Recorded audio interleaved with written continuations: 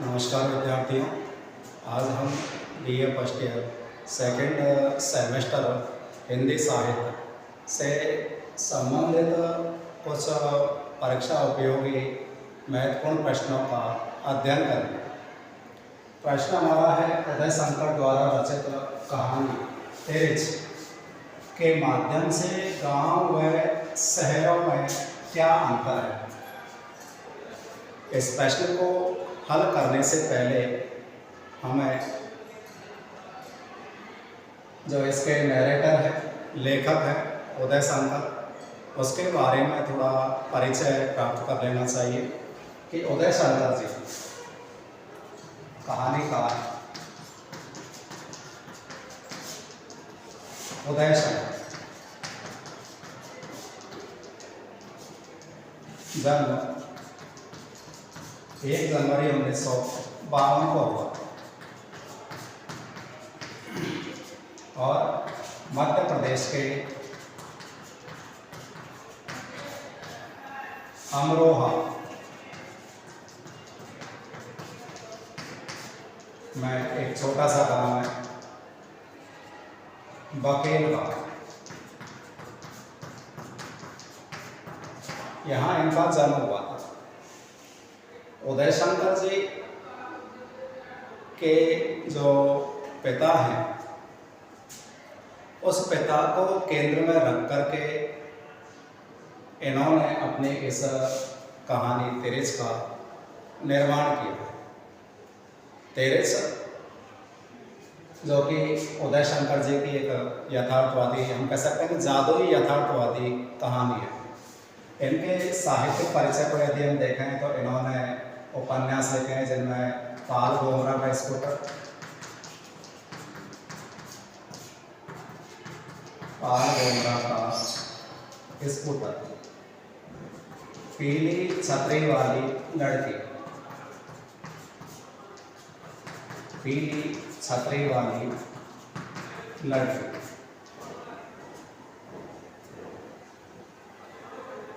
कबूतर कबूतर कबूतर कबूतर, अंत में प्रार्थना,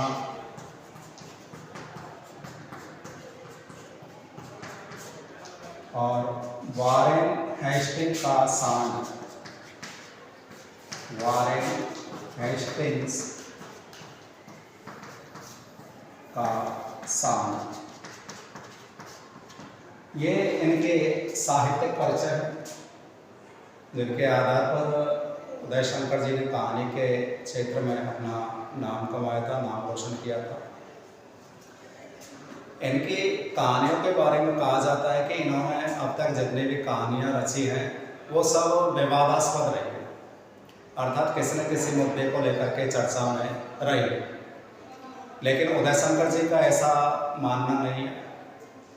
कुछ आलोचक कहते हैं कि ये अपनी कहानियों की रचना सामाजिक यथार्थ को या समसामयिक विषय को ध्यान में रख करके करते हैं, या किसी न किसी मनुष्य को, आदमी को अपने कहानी में निशाना बनाया करते हैं। इसलिए इनकी जो कहानी है अधिकांश समय या रूप में हम कह सकते हैं कि चर्चित रहती है। विवादास्पद रहने के कारण यहाँ उदय शंकर जी ने अपनी कहानी में एक नया ही रूप प्रचलन किया था, जो साहित्य के अंतर्गत बिल्कुल नवीन है। और उस नवीनता को हम कहेंगे, जो नाम है इसमें वो है जादू यथार्थवाद।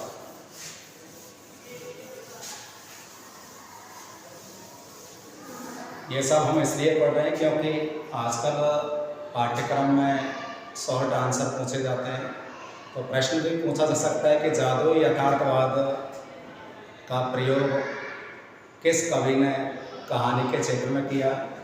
तो उदय शंकर जी ने अपनी कहानियों में जादुई यथार्थवाद का प्रयोग किया। इसका मतलब क्या है, ये जादू यथार्थवाद क्या है। प्रिय विद्यार्थियों, लैटिन अमेरिकी देश में एक जो अंग्रेज विद्वान है लैटिन अमेरिकी देशों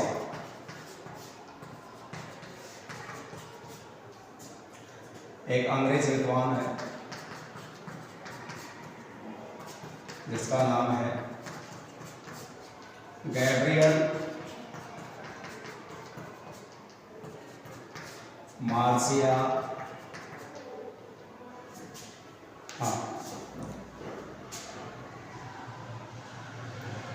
गैब्रियल गार्सिया नाम है,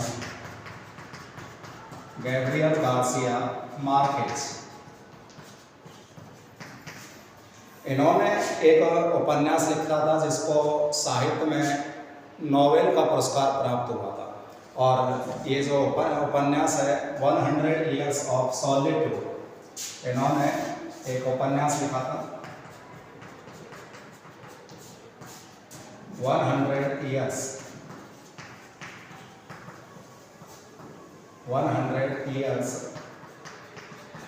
of solitude। इस उपन्यास में इन्होंने जादू यथार्थवाद का प्रयोग किया और जादू यथार्थवाद के बारे में अनेक विशेषताओं का प्रचलन भी किया था। हिंदी साहित्य के अंतर्गत देखें तो इस जादू यथार्थ हिंदी साहित्य के अंतर्गत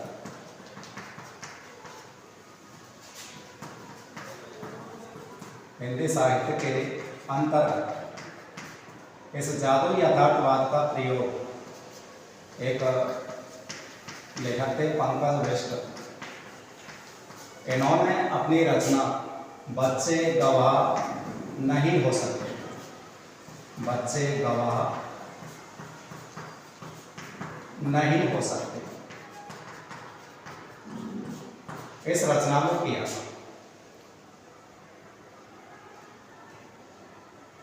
जादू यथार्थवाद उदय शंकर के अनुसार आप चाहो तो इसको एक बार देख सकते हो। हाँ, जादू यथार्थवाद है क्या, और इसका हिंदी साहित्य के अंतर्गत इस तिरछ कहानी में बड़ी खूबी से इसका प्रयोग किया। तो सबसे पहले हम जादू यथार्थवाद के बारे में समझेंगे कि आखिर है क्या।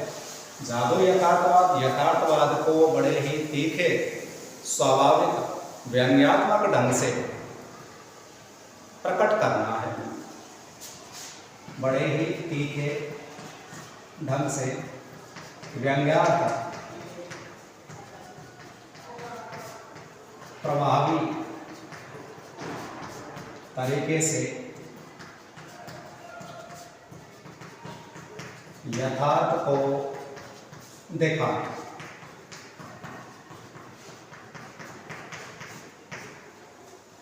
लेकिन जादू यथार्थवाद के अंतर्गत उदय शंकर जी ने बताया कि जिसमें स्मृति, स्वप्न और संघर्ष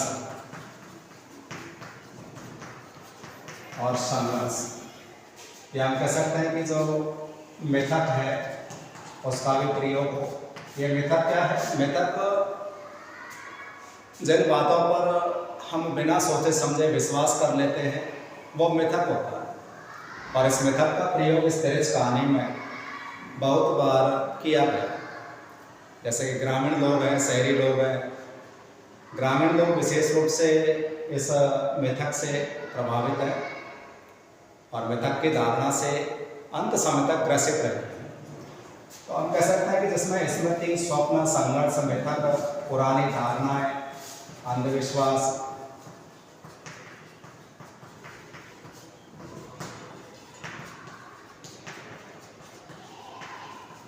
इन सब का प्रभावी ढंग से क्या हो, प्रयोग हो, तो वह जादू यथार्थवाद कहलाता है। उदय शंकर जी ने अपनी कहानी में यथार्थवाद का प्रयोग करते हुए यथार्थवाद से ये भागे नहीं है, अपितु अपने पात्रों के माध्यम से उस यथार्थवाद से संघर्ष भी इन्होंने दिखाया। जब हम इनके इस कहानी का थोड़ा अध्ययन करेंगे तब ये सभी बातें स्पष्ट हो गई। इन्होंने तेरेस कहानी में ये स्मृति, स्वप्न और संघर्ष, कहानी के प्रारंभ में इन्होंने बतलाया कि ये जो तेरेस कहानी है वो मैं और मेरे पिता और स्वप्न, इन तीनों की बातें हैं। और ये तीनों जब स्मृति, स्वप्न और संघर्ष भी करते हैं इनके पिता, तो ये जादू यथार्थवाद होता है। यथार्थ को प्रभावी ढंग से प्रस्तुत करना ही जादू यथार्थवाद है, जिसमें स्मृति हो, स्वप्न हो, संघर्ष हो, मिथक हो, पुरानी धारणाएं हो, अंधविश्वास हो, विश्वास हो, इन सभी का प्रयोग इन्होंने बड़े बखूबी ढंग से इस अपनी कहानी में किया है। और इस जादू यथार्थवाद के माध्यम से इन्होंने बतलाया कि आज समाज में जो नैतिक पतन हो रहा है, मानवीयता बिल्कुल मर रही है, संवेदनहीन हो गए, मानव सभ्यता विनाश की ओर है, मानव के मन में मानव के प्रति किसी प्रकार की कोई दया भावना अब शेष नहीं है। एक तरह से हमारे जो मानवीय मूल्य है वो गिर रहे हैं। तो इन सब बातों को इन्होंने अपने इस जादू यथार्थवाद के माध्यम से इस तरह कहानी में अभिव्यक्त किया। अब हम अपने प्रश्न पर आ जाते हैं कि इस तिरस कहानी में शहरी और ग्रामीण जीवन में क्या अंतर है। उदय शंकर जी ने, हम इसका थोड़ा सारांश पढ़ लेते हैं, अध्ययन कर लेते हैं कि तिरस कहानी इनके पिता और स्वप्न से संबंधित है। तिरस, इस कहानी में तिरस नाम आया है, वो तिरस एक विष खाकर कीड़ा है। तिरस का अर्थ यहाँ पे विष खाकर कीड़ा, ऐसा कीड़ा जिसके काटने पर व्यक्ति की 24 घंटे में मृत्यु हो जाती है। इस तिरस के बारे में अनेक प्रकार की धारणाएं उस ग्रामीण जीवन में छाई हुई। यहाँ तक कि जो लेखक है, डायरेक्टर है उदय शंकर जी, वो भी इस तिरस से परेशान रहते हैं। रात्रि काल में उनको स्वप्न आता है और तिरस उनके पीछे पीछे दौड़ता रहता है और उस समय तक दौड़ता रहता है जब तक कि वो उसकी आंखों से ओझल न हो जाए। तिरस के बारे में ऐसी धारणा है इस कहानी में, उदय शंकर जी ने बताया कि जिस व्यक्ति को ये काट ले उसके 24 घंटे में मृत्यु होना निश्चित है। परंतु यदि काटने के बाद यदि ये तिरस कहीं किसी स्थान पर पेशाब कर दे और उस पर लोटपोट हो जाए तो तब तो उस व्यक्ति का बच पाना मुश्किल है जिसको तिरस ने काटा है। या जिस व्यक्ति को तिरस ने काटा, यदि वो उसको मार दे तब भी वो बच सकता है, या उसकी आंखों से ओझल हो जाए या टेढ़े मेढ़े होकर के भागता रहे तब भी वो बच सकता है, या किसी तालाब में, नदी में या कुएं में कूद पड़े। क्योंकि तिरस के बारे में उस ग्रामीण जीवन में ऐसी धारणा बनी हुई है, ऐसा विश्वास बना हुआ है, अंधविश्वास बना हुआ है कि यदि तिरस के सामने हम आंखों के सामने दौड़ते हुए जाएंगे तो वो हमारे पैरों की या हमारी गंध को सूंघ लेता है।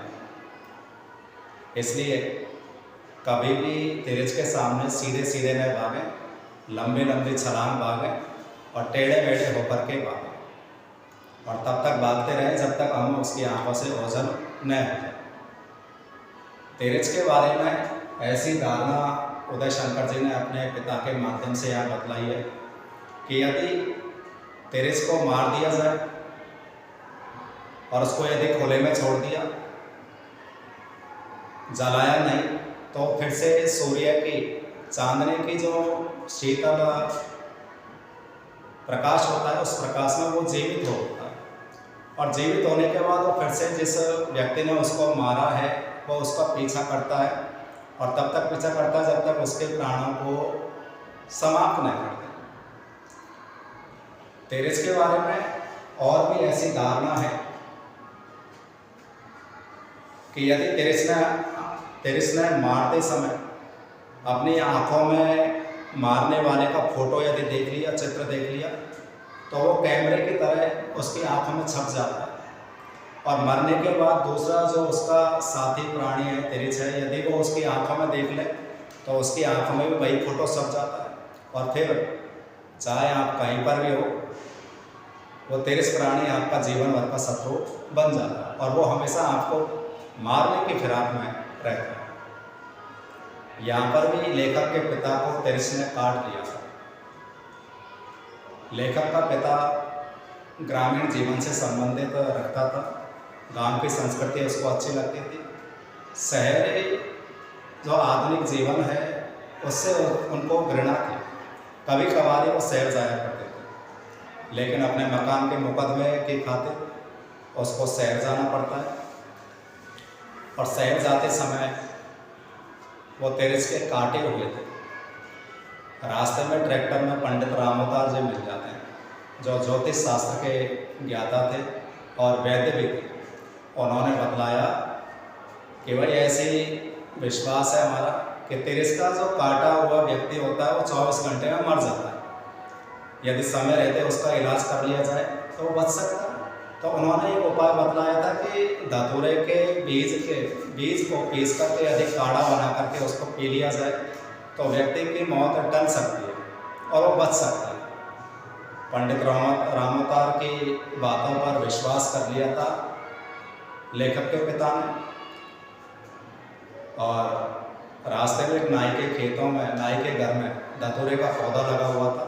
वहाँ से पौधे को लिया और धतूरे का काढ़ा बना करके लेखक के पिता, जो एक अध्यापक थे, रिटायर अध्यापक थे और गांव के प्रधान थे और रिटायर अध्यापक थे, और नाम था उनका राम स्वारथ प्रसाद। उन्होंने उस काढ़े को पी लिया और रात्रि काल में लगभग ट्रैक्टर में सफ़र करते रहे और सुबह के 10:06 पर वो अपने कचहरी के रास्ते वाले मार्ग पर उतर जाते। हुआ ये कि शहर में वो बहुत कम आते थे तो रास्ता भूल गए थे कचहरी का। रास्ता भूलने पर इन्होंने लोगों से पूछा कि कचहरी का कोर्ट का रास्ता कहाँ पर है। यहाँ तक कि उनके जो वकील थे वो भी उनको नहीं पहचान पाए, क्योंकि उनकी जो वेशभूषा थी वो ग्रामीण जीवन से संबंधित थी। उनमें किसी प्रकार का कोई लाभ लपेट नहीं था, कोई दिखावा दुरावा नहीं था, कोई छिपाव नहीं था। इसलिए उनके वकील भी नहीं पहचान पाए और उनको पेशी से मना कर दिया। इसी प्रकार जब वो बैंक में, स्टेट बैंक में गए हुए थे, उस समय भी वहाँ के कैशियर ने उनको पहचानने से इनकार कर दिया और लोगों ने, वहाँ का जो चौकीदार था उसने समझा कि ये लुटेरा है कोई, और अंग्रेजी भाषा में बात कर रहा है, केवल 3 शब्द बोलता है, क्योंकि ज़्यादा बोलना उनको पसंद नहीं था। जैसे कि लेखक ने जब इनका परिचय दिया तो उस समय भी यही कहा था कि ये बहुत कम बोलते थे, और जब मुंह में तंबाकू धर लेते थे तो बिल्कुल भी नहीं बोलते थे। तो इनको हम कह सकते हैं कि ये मितभाषी व्यक्ति थे, बहुत कम बोलते थे। कैशियर ने इनको पहचानने से इनकार कर दिया, चौकीदार ने इनको लुटेरा, चोर समझा और वहाँ से घसीटता हुआ इनको बाहर फेंक दिया। वहाँ से निकलने के बाद इनके कपड़े फटे हुए थे, थाने गए। थाने के थानेदार ने भी इनको भिखारी समझ करके बाहर भिजवा दिया। एतवारी मोहल्ले में गए, जहाँ पर बड़े बड़े अधिकारी, ठेकेदारों की कॉलोनी थी, जहाँ पर शांत माहौल था। वहाँ के लड़कों ने भी इनको खूब मारा, पत्थरों से मारा, यहाँ तक कि उनकी आँख के ऊपर आँख की जो पुतली है उससे खून निकलने लगे, आधा होठ कट गया था। वहाँ से भटकते भटकते ये नेशनल रेस्टोरेंट के पास पहुँचे।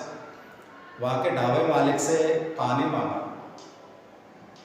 परंतु पानी मांगने की जगह वहाँ के ढाबे के नौकर ने इनको गालियाँ दी, इनको भला बुरा कहा। वहाँ पर भी जो भीड़ थी उसने भी इनको खूब मारा, इनके शरीर पर केवल एक चड्डी ही शेष रह गई और पूरा शरीर खून से लथपथ था। वहाँ से चलते चलते लगभग 32 किलोमीटर की इन्होंने पैदल ही यात्रा कर ली थी। आए थे अपने मकान की पैरवी के लिए, क्योंकि इनका जो मकान था उसके ऊपर मुकदमा चल रहा था। यदि उस पेशी में यदि वो नहीं जाते तो इनका मकान को कुर्क कर लिया जाता और ये घर से बेघर हो जाते। तो मकान की जो चिंता थी, उसी चिंता के कारण ये शहर में उस कचहरी में जाते हैं, लेकिन कचहरी का रास्ता पता न होने के कारण आज उनकी यह दुर्दशा हो गई है कि लोग उनको पहचानने से मना करते हैं। जबकि कोई इनको चोर कहता है, कोई डकैत कहता है, कोई पाकिस्तानी जासूस कहता है। इनके एक मित्र थे, गांव के सरपंच थे, थवड़ियाल तिवारी।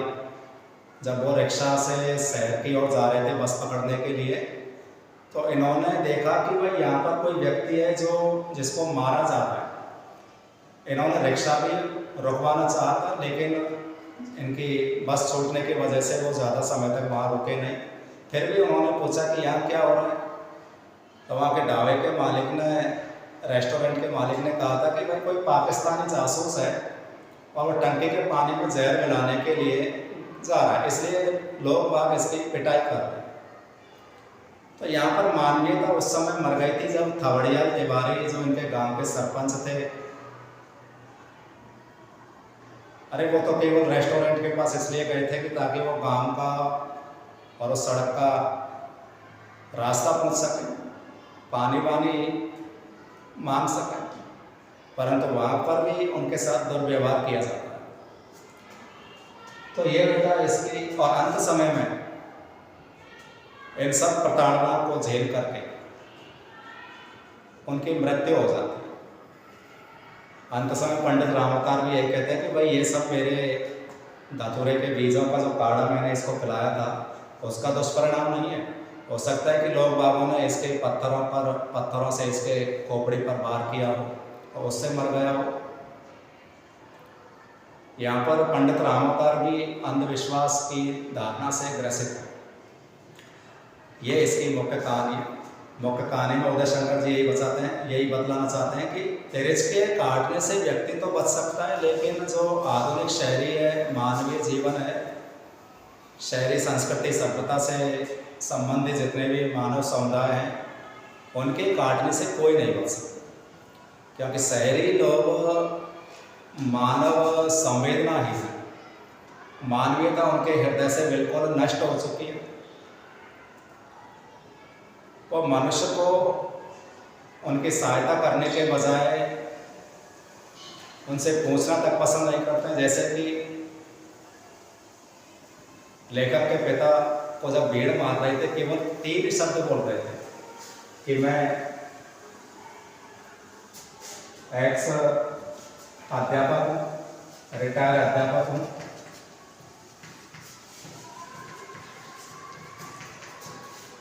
मेरा नाम राम स्वागत प्रसाद है और मैं गांव का प्रधान हूँ, गांव का प्रधान हूँ। ये 3 शब्द बोल रहे थे। जब भी भीड़ इनको मारती, थानेदार का सिपाही इनको घसीट करके बाहर फेंकता। नेशनल रेस्टोरेंट का जो ढाबे का जो मालिक है उसको देखता है, बातचीत करता है, तो यही शब्द बोलता है। क्योंकि ये सीधे साधे इंसान थे, शहर की जो चकाचौंध है उससे अनभिज्ञ थे। इस विषखापर कीड़ा के काटने से मनुष्य बच सकता है, लेकिन जो शहर भरी जिंदगी है, आधुनिक मानव सभ्यता है, उससे कोई नहीं बच सकता। अब हम अपने प्रश्न को हल करते हैं। गांव और शहर में क्या अंतर है? तो सबसे पहले हम बताएंगे ग्रामीण, पहला जो बिंदु है ग्रामीण का शहर से भय।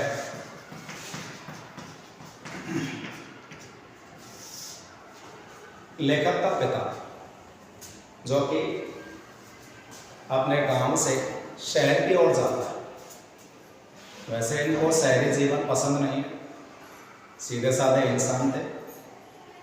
गांव के जीवन में इनका मन संलग्न था, लीन था।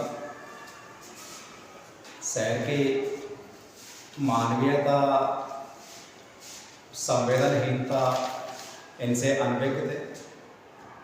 शहरी संस्कृति के लोगों में मानवता का तो बिल्कुल ही नाश हो चुका है।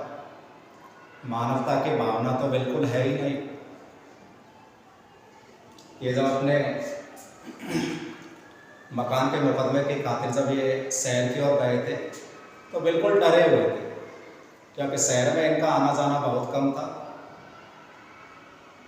और इनको पता था कि शहर के जो लोग होते हैं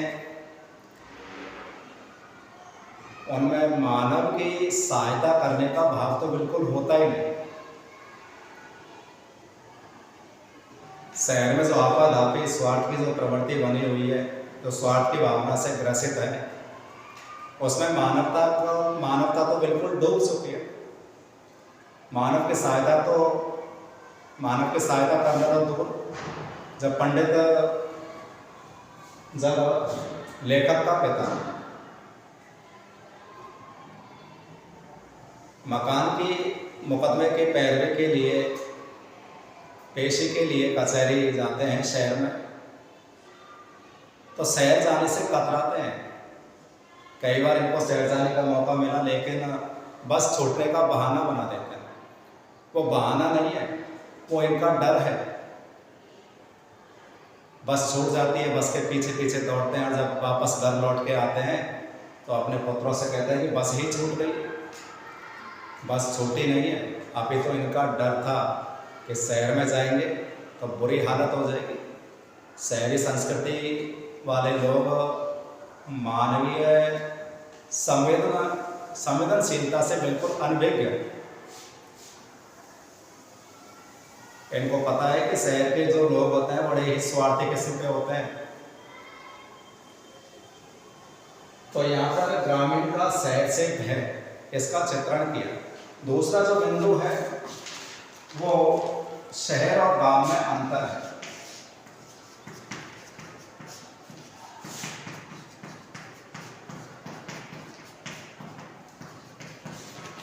शहर और गांव में अंतर।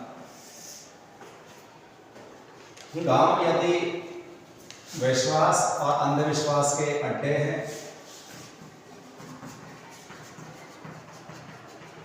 अंधविश्वास और विश्वास के अड्डे हैं, तो शहर संवेदनहीनता,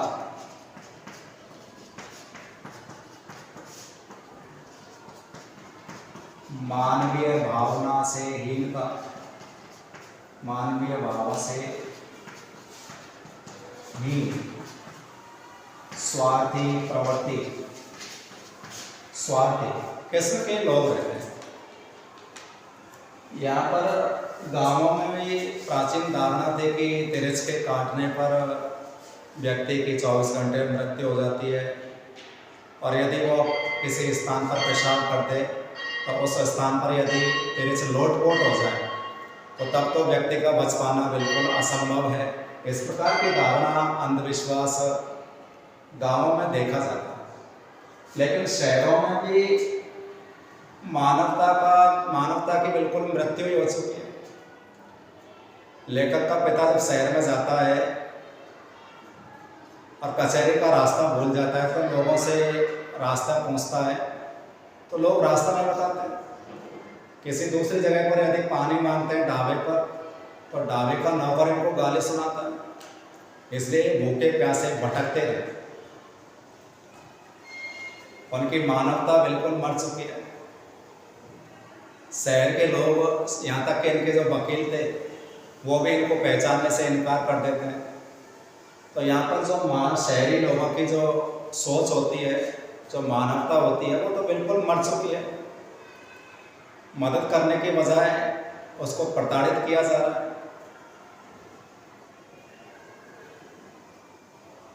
इनको कष्ट पहुंचाया जाता है।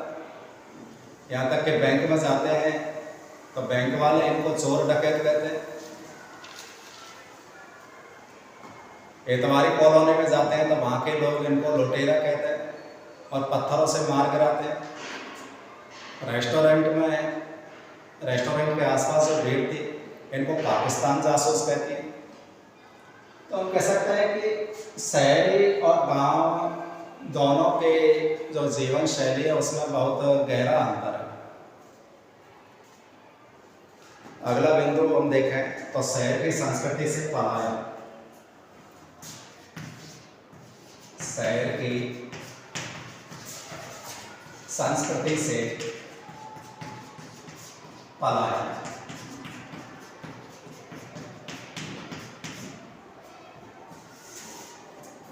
शहर की संस्कृति से आज पलायन हो रहा है। क्यों? क्योंकि शहरी लोग ग्रामीण लोगों की भावनाओं को, मानवता को, संवेदनाओं को नहीं पहचान पाते। शहरी लोग इन सीधे साधे व्यक्तियों को अपनी स्वार्थ वाली नज़र से देखते हैं और अपने स्वार्थ की सिद्धि करते हैं, परेशान करते हैं। लेखक के पिता बेचारे शहरी जीवन से अनभिज्ञ थे, ग्रामीण जीवन इनको पसंद था, शहर में आने से कतराते थे। बसें छूट जाने का या इस प्रकार के बहाने बनाते थे क्योंकि इनको शहरी संस्कृति से डर लगता है। लेखक के पिता जानते हैं कि यदि शहर में जाऊंगा तो मेरी बुरी हालत हो जाएगी, लोग मुझे तरह तरह के शब्दों से पुकारेंगे। तो एक तरह से हम कह सकते हैं कि शहर की संस्कृति से पलायनता का भी इसमें चित्रण किया। अगला हम बिंदु देखें तो अपमान व तिरस्कार।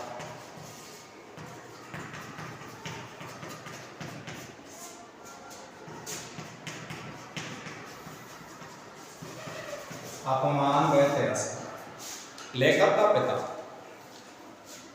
अपने मकान के मुकदमे के लिए कोर्ट में, कचहरी में पेशी के लिए जाते हैं।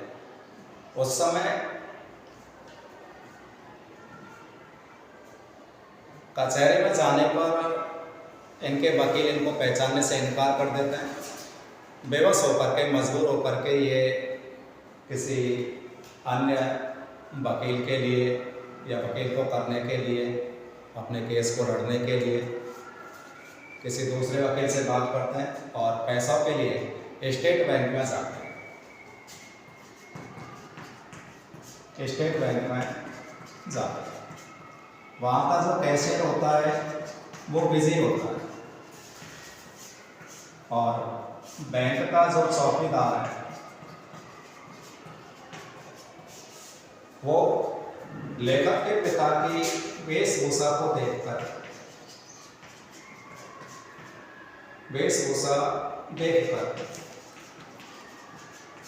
इन्हें डकैत,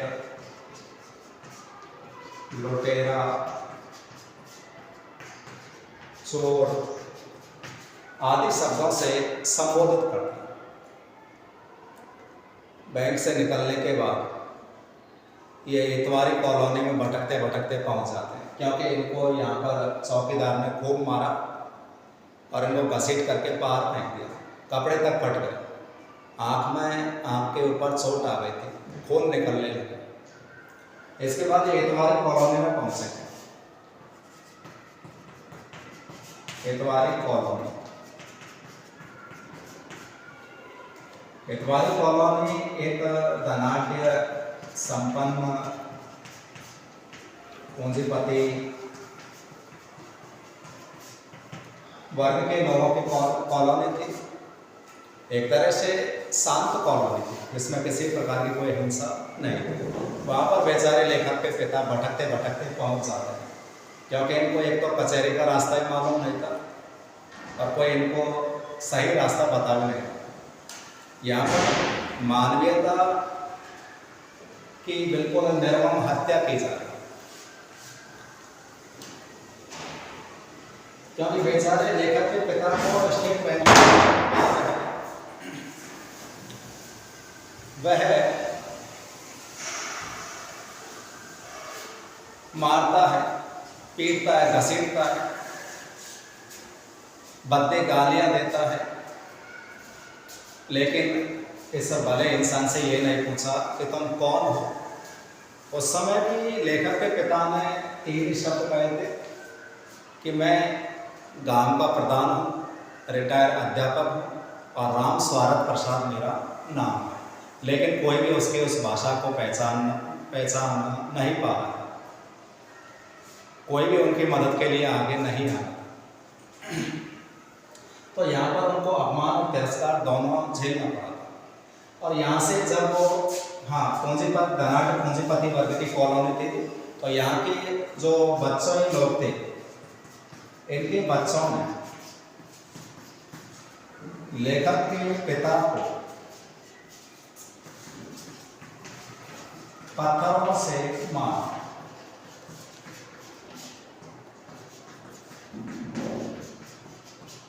पत्थरों से मारा। एक पत्थर इनके होठ पर लगा, होठ कट गया, खून निकलने लगा। सिर में लगी एक पत्थर, सिर से खून निकलने लगा, कपड़े फाड़ दिए गए। यहाँ तक कि इनके जो स्टेट बैंक है, इनके 22,000 रुपये और कुछ ज़रूरी कागजात थे, वो भी छीन लिए थे। लेखक के पिता की उस समय बुरी हालत हो गई थी। कोई व्यक्ति इनको पहचानने से इनकार कर देता है, इनकी भाषा को समझ नहीं पाता है। लेखक इतवारी कॉलोनी से भटकता हुआ अब नेशनल रेस्टोरेंट के पास पहुंच जाता है। नेशनल रेस्टोरेंट का जो ढाबा जो मालिक है सतनाम,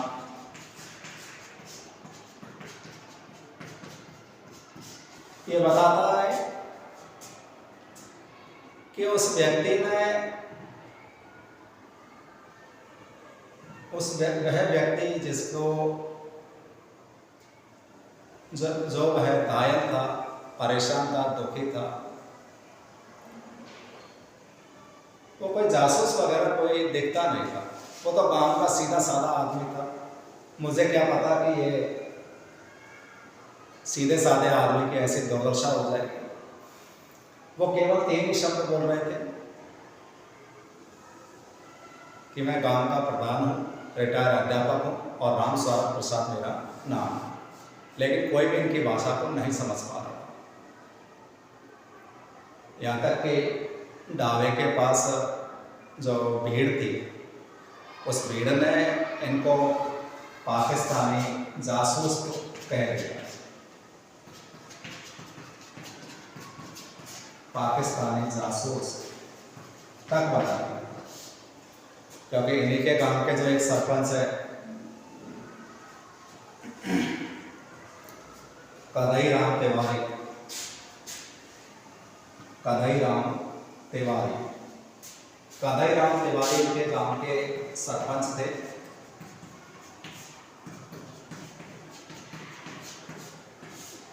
इन्होंने इनको पहचान लिया था, परंतु ये भी अनभिज्ञ होकर के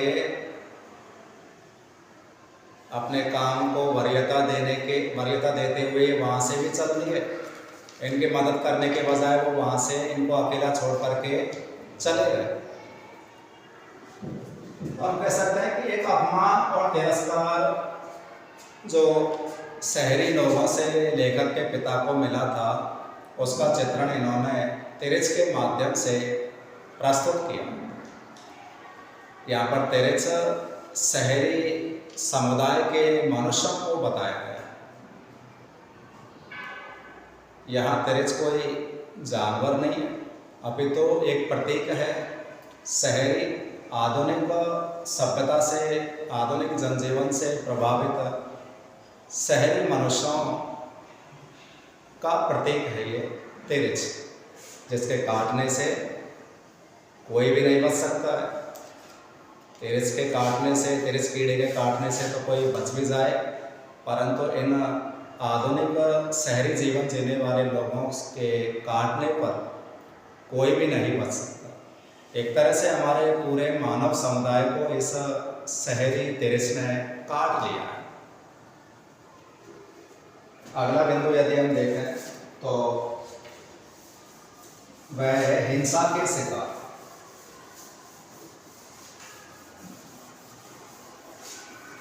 हिंसा के शिकार।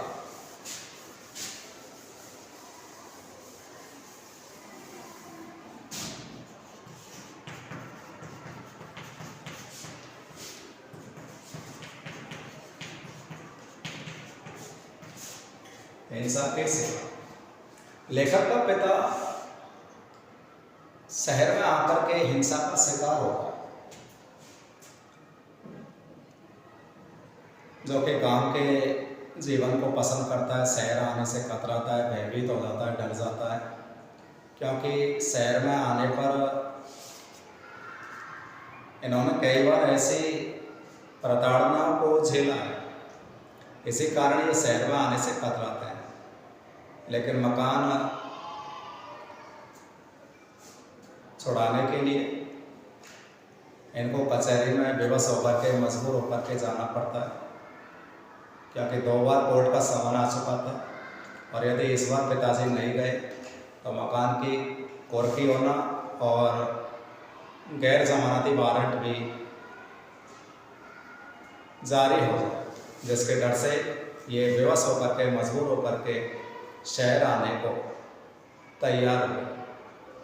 शहर में आने पर ये कचहरी का रास्ता भूल जाते हैं और वहाँ से भटक करके किसी अन्य स्थान पर पहुँच जाते हैं। वहाँ स्टेट बैंक में गए तो इनके कुछ ज़रूरी कागजात थे और कुछ 22,000 रुपया था। कैशियर साहब ने इनको पहचानने से इनकार कर दिया। इन्होंने नाम भी बतलाया था कि I Ram Swarath Prasad, ex teacher of Bakeli gram, I head of village Vakeli, कि मैं वकेली गांव का प्रधान हूँ, भूतपूर्व रिटायर अध्यापक हूँ और राम स्वारथ प्रसाद मेरा नाम। जब चौकीदार ने ये भाषा सुनी तो कैशियर ने उसके ऊपर ध्यान नहीं दिया, लेखक के पिता की ओर ध्यान नहीं दिया। उसने कहा कि बड़ी गहराई से छानबीन की जाए, ये कोई निश्चित रूप से जासूस है, चोर है, डकैत है। तुरंत चौकीदार ने उनको पकड़ करके बाहर खींच दिया गेट से, कपड़े फाड़ दिए, मारपीट करने लगे इनके साथ।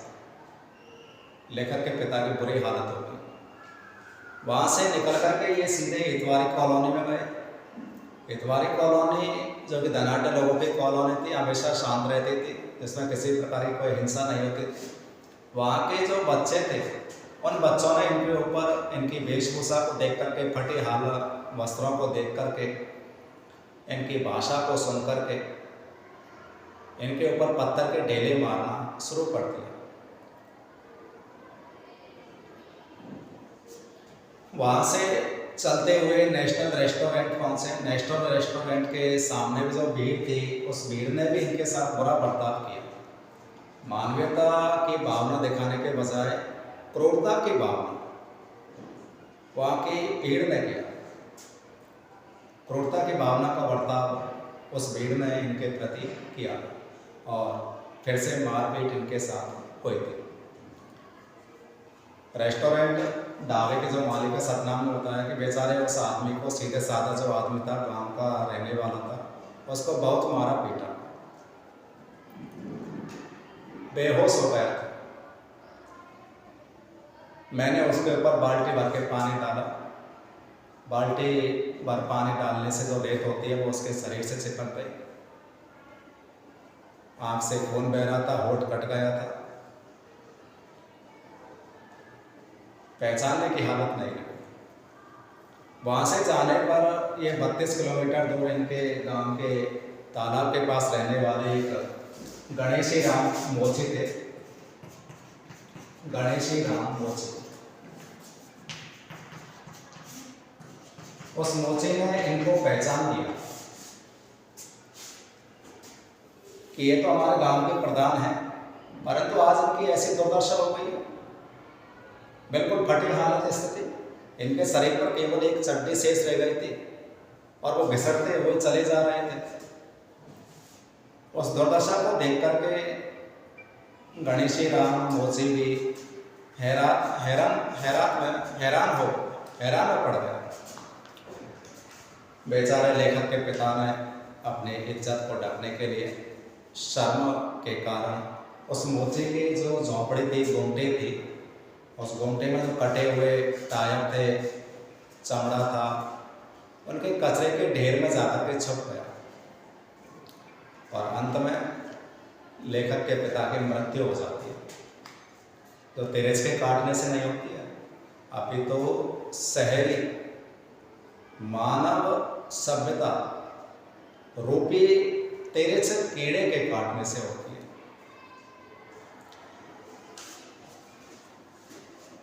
अगला बिंदु लें तो वह निम्न वर्ग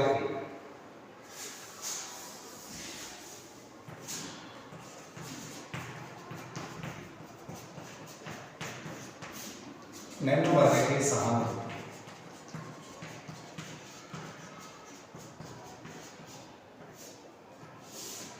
यहाँ लेखक को निम्न वर्ग की सहानुभूति उस समय मिलती है जब लेखक 32 किलोमीटर पैदल चल करके अपने गांव के तालाब के किनारे रहने वाले गणेशी राम मोची की गुमटी के पास पहुंच जाता है। निम्न वर्ग के लोगों ने इनके प्रति सहानुभूति की भावना प्रकट की, इनसे पूछा, बातचीत की, तब इन्होंने बताया था कि ये बकेली ग्राम का रास्ता यहाँ से जाता है और इनको पानी वानी पिलाया। निम्न वर्ग के लोगों से सहानुभूति मिली, लेकिन शहरी लोगों से तो इनको प्रताड़ना ही मिली है। तिरछ के काटने से इतने प्रताड़ित नहीं हुए, उस धतूरे के काढ़े को पीने से इतने प्रताड़ित नहीं हुए जितने प्रताड़ित शहरी जीवन जीने वाले तिरछ रूपी कीड़ों के काटने से। निम्न वर्ग से इनको सहानुभूति मिली। अतः हम निष्कर्ष रूप में कह सकते हैं कि उदय शंकर द्वारा रचित कहानी तिरछ के माध्यम से जो गांव और शहर में जो अंतर बतलाया है उसे तिरछ कीड़े के रूप में प्रस्तुत किया। तिरछ कीड़े के काटने से व्यक्ति बच तो जाता है, परंतु शहरी जीवन जीने वाले मानव रूपी तिरछ के काटने से उसका बचना असंभव, जो लेखक के पिता के साथ हुआ था। प्रिय विद्यार्थियों, इस प्रश्न में यदि किसी प्रकार की कोई कठिनाई हो तो आप कमेंट्स करें, हम उसका जवाब दें। धन्यवाद।